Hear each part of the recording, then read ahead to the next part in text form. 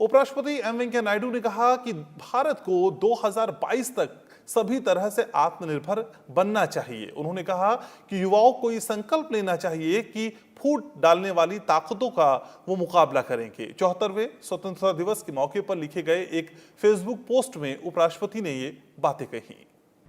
74वें स्वतंत्रता दिवस के मौके पर उपराष्ट्रपति एम वेंकैया नायडू ने देश को सभी क्षेत्रों में आत्मनिर्भर बनाने का आह्वान किया है। फेसबुक पोस्ट में उपराष्ट्रपति ने लिखा कि हम 2022 में आजादी के 75 साल मनाने के निकट पहुंच गए हैं।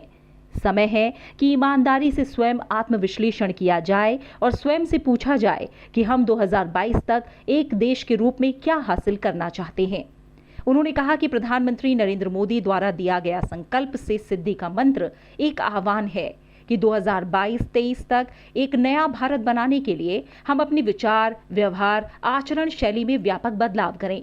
उपराष्ट्रपति ने कहा कि विकास की और समृद्धि की नई ऊंचाइयां प्राप्त करने के लिए देश के हर क्षेत्र में काम कर रहे हर नागरिक को, सार्वजनिक जीवन में काम कर रहे हर जनसेवक को यथाक्षमता अपना कर्तव्य निभाना होगा।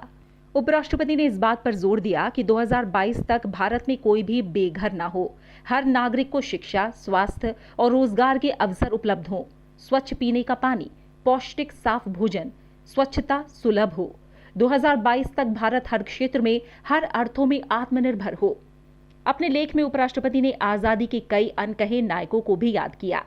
उपराष्ट्रपति ने कहा कि संबंधित राज्यों को अपने इतिहास के पाठ्य पुस्तकों में इनकी वीरता और बलिदान की कहानियां प्रकाशित करनी चाहिए और अपनी विरासत को जीवित रखने के लिए हर संभव कदम उठाने चाहिए। तभी उनकी स्मृति के साथ न्याय होगा और वास्तव में उनके सपनों के अनुरूप आत्मनिर्भर भारत, श्रेष्ठ भारत, सशक्त भारत का निर्माण कर सकेंगे। उपराष्ट्रपति ने कहा कि आज भारत को सांस्कृतिक पुनर्जागरण की आवश्यकता है, जिसमें नया साहित्य और नई कलाएं भारतीय भाषाओं में ही अभिव्यक्ति पा सकें।